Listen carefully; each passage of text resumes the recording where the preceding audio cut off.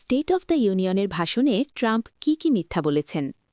মার্কিন president Donald Trump গতকাল মঙ্গলবার বার্ষিক স্টেট অফ দ্য ইউনিয়ন ভাষণ দিয়েছেন। ওই ভাষণে ট্রাম্পের করা বিভিন্ন দাবির সত্যতা যাচাই করেছে সিএনএন। এতে দেখা গেছে ট্রাম্প যথারীতি বেশ কয়েকটি মিথ্যা বলেছেন। ফ্যাক্ট চেক: 18 লাখ কোটি ডলারের বিনিয়োগ নিশ্চিত করার দাবি মিথ্যা।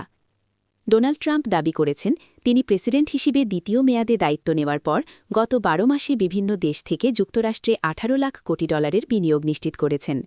কিন্তু এ সংখ্যা ভুল। হোয়াইট হাউসের ওয়েবসাইট অনুযায়ী ট্রাম্পের নতুন মেয়াদে বড় বিনিয়োগের ঘোষণা মাত্র 9,70,000 কোটি ডলার। হোয়াইট হাউসও এ বিনিয়োগের পরিমাণকে বাড়িয়েই বলেছে।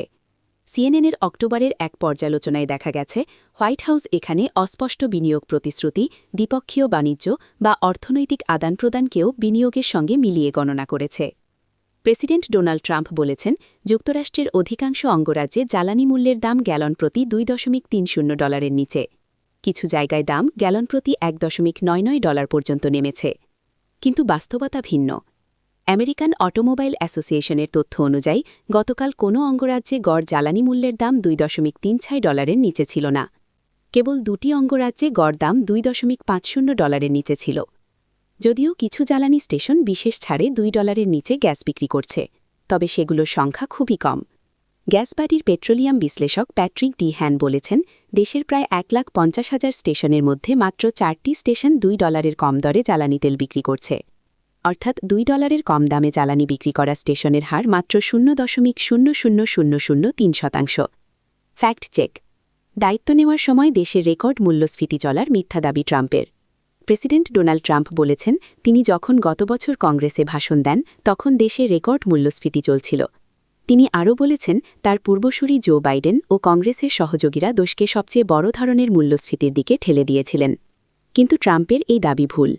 বাইডেনের মেয়াদের শেষ পূর্ণ মাসে ডিসেম্বর 2024-এ মূল্যস্ফীতির পরিমাণ ছিল 2.9%।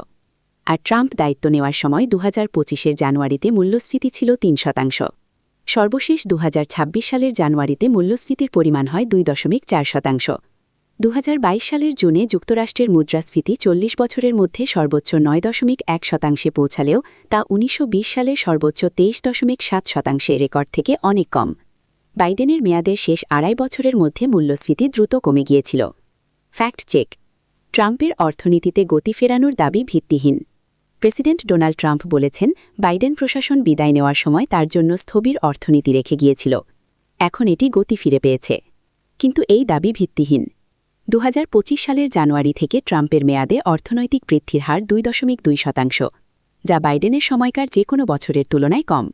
2024 সালে বৃদ্ধি ছিল 2.8%।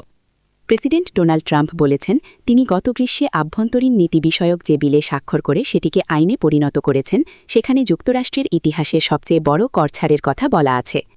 কিন্তু এই দাবি মিথ্যা। বিগ বিউটিফুল বিল নামের ওই বিলে কর সংক্রান্ত স্থায়ী ও অস্থায়ী অনেক পরিবর্তন আনা হয়েছে, যেমন বকশিস ও অতিরিক্ত সময়ের কাছ থেকে বাড়তি আয়ের ওপর কর মওকুফ করা, বৃদ্ধ ও ছোট শিশু সন্তানদের মাতা পিতাদের অতিরিক্ত কর ছাড় দেওয়া হয়েছে। কংগ্রেসিয়াল বাজেট অফিসের সর্বশেষ বিশ্লেষণ অনুযায়ী এই কর ছাড়ের পরিমাণ 10 বছরে $4,80,000 কোটি, যা দেশের জিডিপির 1.3%। বিশেষজ্ঞদের মতে এই বিল ইতিহাসের সবচেয়ে বড় কর ছাড় নয়। নির্দলীয় পর্যালোচনা সংস্থা committee for a responsible federal বাজেটের নীতিমালা বিষয়ক ডিরেক্টর ক্রিস টাউনারের মতে 1918 সালের পর এটি 7ম বৃহত্তম কর ছাড়। সবচেয়ে বড় কর ছাড় ছিল 1981 সালে রোনাল্ড রিগানের কর প্যাকেজে। ফ্যাক্ট চেক: বাইডেন প্রশাসন 11,888 হত্যাকারীকে যুক্তরাষ্ট্রে অভিবাসী করেছে এমন দাবি মিথ্যা। প্রেসিডেন্ট ডোনাল্ড ট্রাম্প বলেছেন বাইডেন প্রশাসন বিভিন্ন দেশের 11,888 হত্যাকারীকে যুক্তরাষ্ট্রে অভিবাসী হিসেবে ঢুকতে দিয়েছে। কিন্তু এই দাবি ভুল ও বিভ্রান্তিকর। হোমল্যান্ড সিকিউরিটি বিভাগ ও স্বাধীন ধারার বিশ্লেষকেরা বলছেন ট্রাম্প যে 11,888 সংখ্যা উল্লেখ করেছেন তা বছরের পর বছর ধরে যুক্তরাষ্ট্রে ঢোকা সব বিদেশির হিসাব। এই হিসাব শুধু বাইডেন প্রশাসনের সময়ের নয়, প্রেসিডেন্ট হিসেবেই ট্রাম্পের নিজের প্রথম মেয়াদকালের হিসাবও এর অন্তর্ভুক্ত।